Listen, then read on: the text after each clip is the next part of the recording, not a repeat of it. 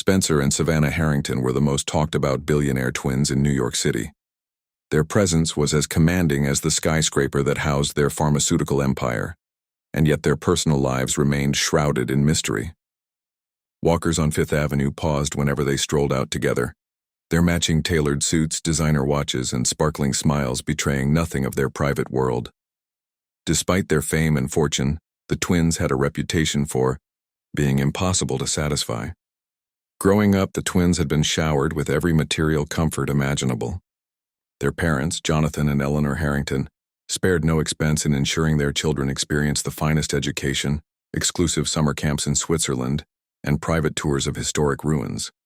Yet in spite of it all, guidance counselors noted that the twins were distant, rarely formed lasting friendships, and seemed unsatisfied with ordinary pleasures.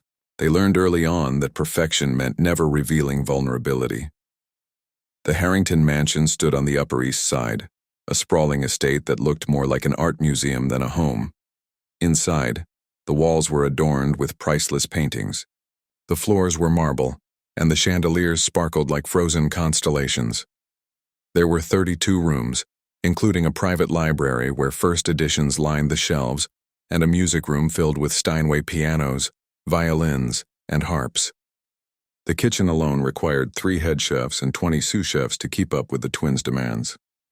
Every spice jar was labeled, every pot assigned to a specific stove, and every dish meticulously plated. Yet despite this opulence, every completed meal found its way to the twins' rejection pile. Gordon, the head chef, carried notebooks filled with handwritten critiques: no zest, texture off, too predictable, missing depth. Day after day, chefs cycled through the kitchen only to be humiliated or dismissed.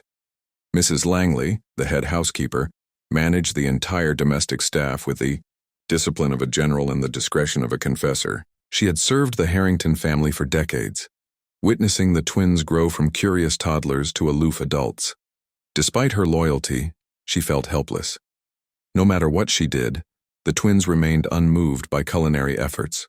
Their orders were absolute: find someone who could cook for them or release the staff from their duties. The potential PR nightmare of an unsatisfied billionaire family loomed over her like a dark cloud. That was when she suggested hiring a new maid to assist the kitchen, someone outside the circles of privilege that had dictated past hires. She thought a fresh perspective might jolt the twins from their culinary despondency. On a chilly November morning, Lily Dawson found herself standing in the vast marble foyer of the Harrington mansion, her breath caught in her throat. She had grown up in a small town in Kansas, the daughter of a single mother who worked double shifts as a waitress. As a child, Lily had learned to cook basic meals out of necessity: meatloaf, homemade biscuits, and tomato basil soup. Through scarcity, she discovered that love in cooking could nourish the soul. That day, she hoped her humble knowledge might finally please the notoriously critical twins. Lily arrived at the Harrington mansion dressed in a simple navy uniform, her golden hair pulled into a neat ponytail. The taxi stopped at the iron gates, and she stared at the imposing columns and the ornate carvings above the front door. She promised herself to remain humble and do her best. She signed the papers, got her uniform from the staff closet, and stepped into the busy kitchen where Gordon and his sous chefs bustled about. The kitchen was larger than any kitchen Lily had ever seen, with chefs communicating in shorthand and machines humming like beasts. Pots simmered over low heat, knives flashed on cutting boards, and the scent of truffle oil and fresh herbs mingled in the air. Lily's heart skipped as Mrs. Langley introduced her to the twins. Spencer Harrington was all sharp angles, his dark hair slicked back, his blue eyes piercing.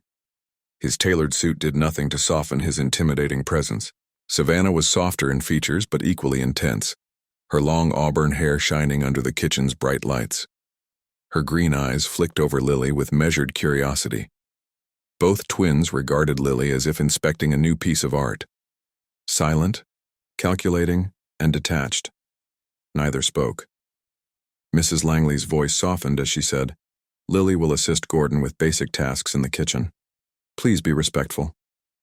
With that, the twins turned on their heels and exited. Lily exhaled, her lungs finally filling. Gordon cleared his throat. Welcome, Lily. This is not a place for amateur mistakes. If you can't keep up, tell me. He handed her a set of knives. Chop these onions, wash these lettuces, and keep up. Lily nodded vigorously. She set to task, washing vegetables, polishing silver trays, and cleaning countertops until they gleamed. She observed the routines. Each knife had its place, each pot was assigned to a specific burner, and no food could expire on her watch. She learned the ordering system, how to rotate, stock, and how to spot a moldy herb.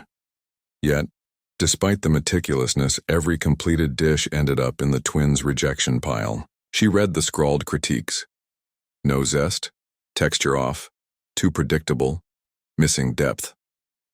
The weight of expectation pressed on her like a vice. During quiet moments, Lily noticed a leather-bound journal tucked behind a spice rack. One evening, while cleaning, she spotted a loose page fluttering near the floor. Curious, she picked it up. It contained a list of childhood favorite meals: tomato basil soup, fried chicken with gravy, fresh apple pie. It struck a chord in Lily's memory, the same dishes her mother used to make.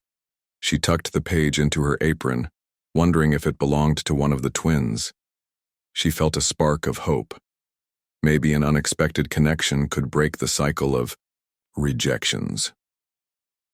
After 2 weeks of bustling in the kitchen without even a nod of approval from the twins, Mrs. Langley called Lily into her office. The walls were lined with photographs of past staff and trophies awarded to the family for philanthropy. The heavy oak desk was covered in papers. Mrs. Langley's eyes, often stern, were gentle that day. "Lily, you're hardworking, but the twins remain unmoved. I want to give you one chance to cook for them this evening. No staff around, just you. Trust your instincts." Lily trembled at the thought. "Just me?" "Yes, no interference. Just follow your heart." Lily spent that afternoon stripping everything down, to basics. She thought of her mother's kitchen back in Kansas, where simplicity and devotion made meals memorable. She decided to cook a dish from her memory, a family recipe passed down through generations. She reviewed her scribbled notes for hours: fresh tomatoes, garlic, basil, olive oil, chicken breasts, rice, and butter. Her hands moved as if weaving a tapestry, each chop and stir guided by love. She seasoned the chicken lightly and planned to simmer the sauce until it sang with flavor. She closed her eyes and promised herself she would not let fear cloud her confidence. That evening, the kitchen was stripped of its usual pomp. The stainless steel counters were cleared, save for a cutting board, a few bowls, and the ingredients. Lily had requested. No sous chefs, no head chefs, just Lily and Gordon, who hovered silently, offering no help. The twins entered wearing casual clothes. The atmosphere was thick with tension as they sat at a small oak table beneath a single chandelier. Spencer's gaze sharpened as he watched Lily wash her hands. "All right, start." Lily nodded and got to work. She chopped onions in a rhythmic motion, the tears in her eyes a reminder of her nervousness. She sautéed garlic in olive oil until the aroma filled the kitchen. She added diced tomatoes, letting them simmer slowly as basil leaves released their fragrance. She seasoned with salt, pepper, and a pinch of sugar, just enough to balance acidity. She seared the chicken until a golden crust formed, then nestled it into the bubbling sauce. She stirred rice in a pot of boiling broth, added butter and parsley, and fluffed it until each grain glistened. Within an hour, Lily plated the meal, a bright red tomato basil sauce coating tender chicken, resting atop fragrant rice with a sprinkle of chopped parsley. She added a side of glazed carrots, simply sautéed in butter and a touch of honey, their bright orange hue inviting. She stepped back, wiping her hands on her apron, her heart pounding like a drum. She stood still, waiting for judgment. Savannah took the first bite. Her green eyes widened as the flavors washed over her. She closed her eyes and savored each mouthful, remembering something deep and distant. Spencer watched her, lips pressed, in a thin line, then lifted a forkful to his mouth. He paused, chewed slowly, and exhaled as if he had held his breath for years. 10 minutes later, they sat back, astonished silence between them. Savannah's voice trembled.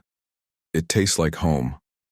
Spencer nodded, his usually stern face softened. My mother used to make this. I haven't tasted it in over 20 years. Lily's heart jumped.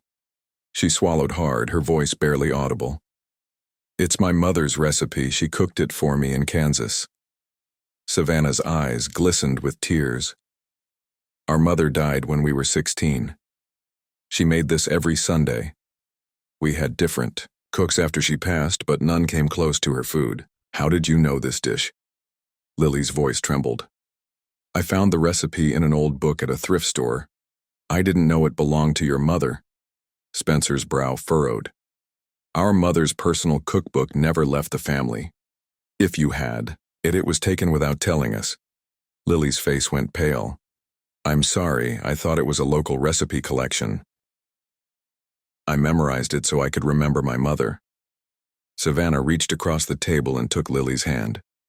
You've given us something we've been missing for years. Spencer exhaled slowly. We need to know more. Over the next hours, Lily recounted her life, her childhood in Kansas, her mother's death when Lily was 12, the years she spent cooking out of necessity, and the day she discovered the old cookbook containing that very recipe. The twins listened, their mouths hanging open as fragments of their own past resonated with Lily's story. They realized their mother's cookbook must have been lost when their father ended his affair. Lily's realization was immediate. She was the twins' half-sister, born from that same secret. Their wealthy mother had raised the twins as heirs, while Lily's mother had been banished with her other daughter. Lily felt the room spin as Savannah whispered, You're our sister. Lily's mind raced, her eyes filled with tears. She nodded.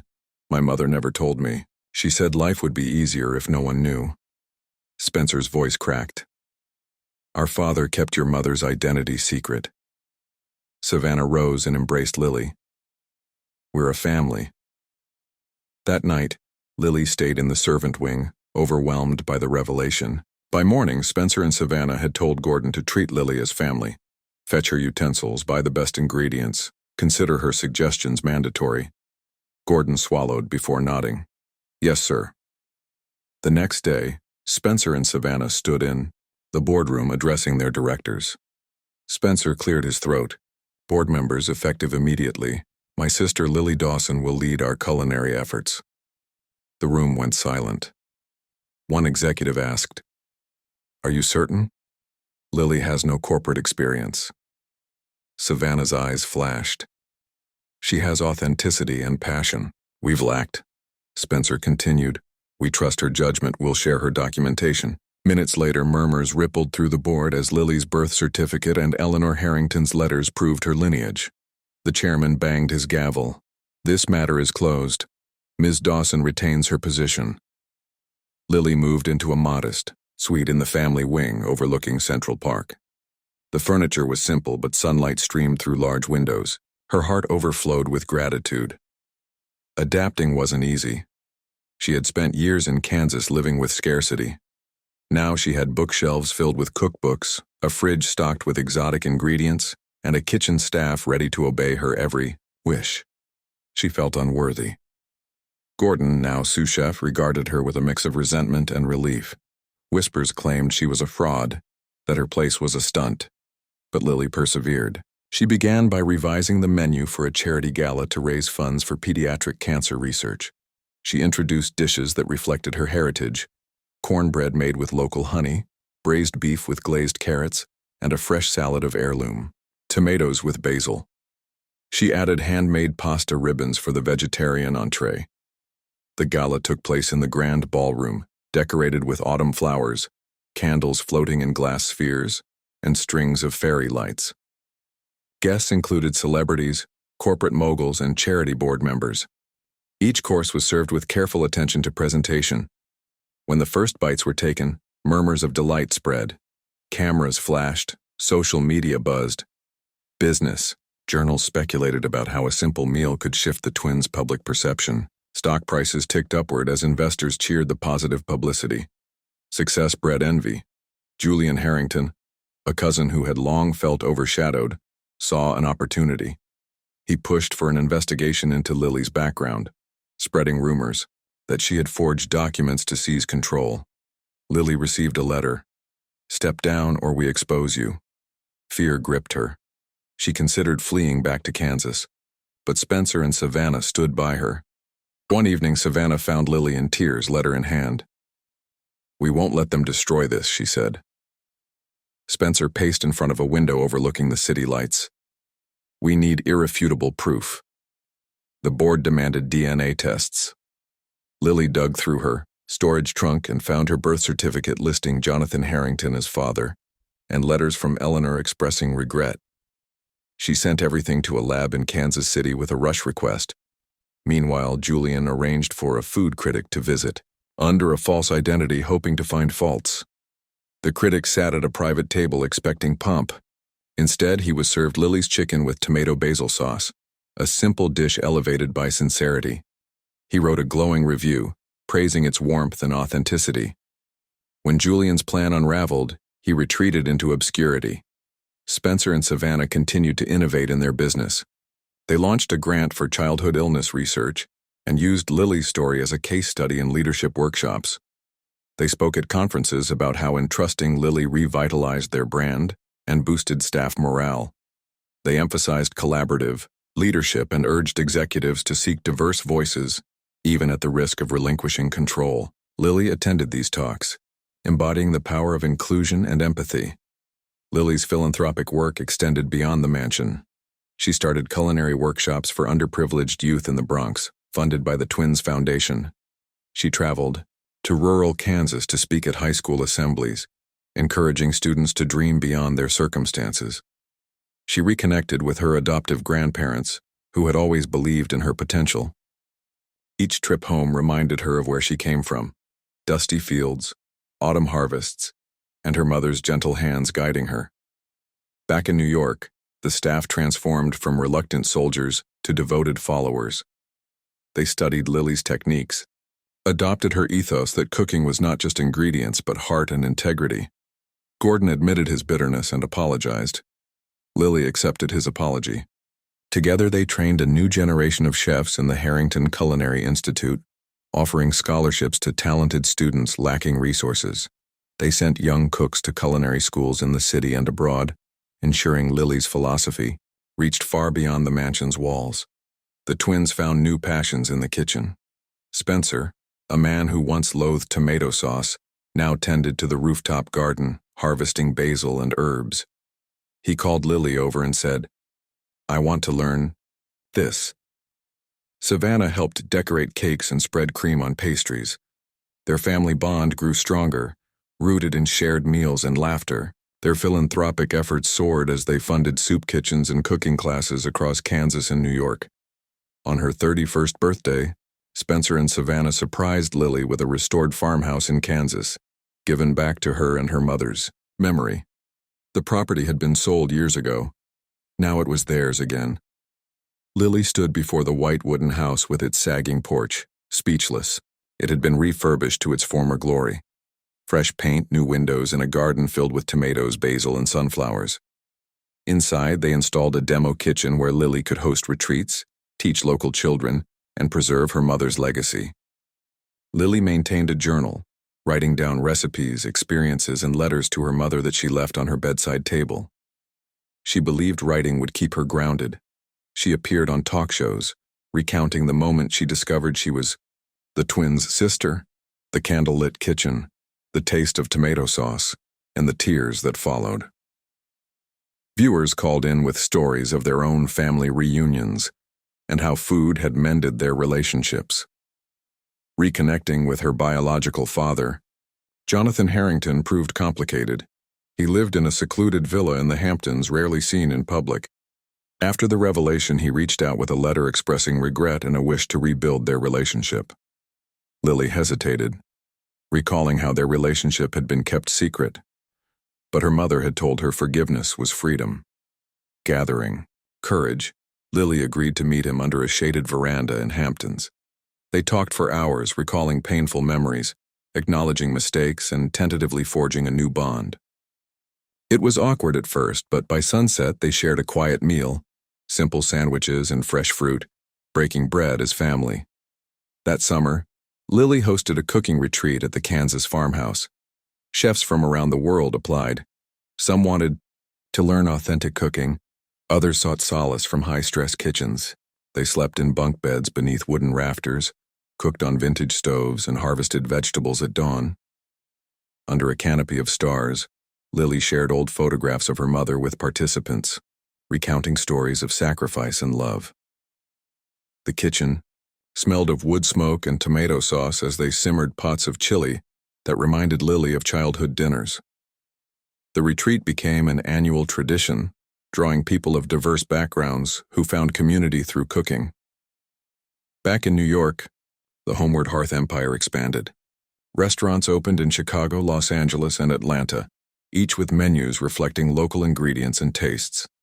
Chef teams traveled to Kansas to train with Lily, ensuring authenticity. Through these branches, Lily's philosophy of cooking, with heart, reached thousands, and the profits funded scholarships and community kitchens nationwide. Despite her busy schedule, Lily stayed true to family traditions. Every November, she joined the twins for a Thanksgiving feast, blending Kansas classics with Maine lobster. They invited staff to dine together in the grand dining room. The tables groaned under turkey, stuffing, cranberry sauce, and pumpkin pie. Lily carved the turkey and offered a blessing, grateful for how far they had come. Laughter and gratitude filled the room, a stark contrast to the tense gatherings of the past. As years passed, Lily's impact extended beyond the culinary world. She received awards for her humanitarian work and was invited to speak at international forums on food security. Spencer and Savannah celebrated each milestone proudly, their sister who had changed their lives.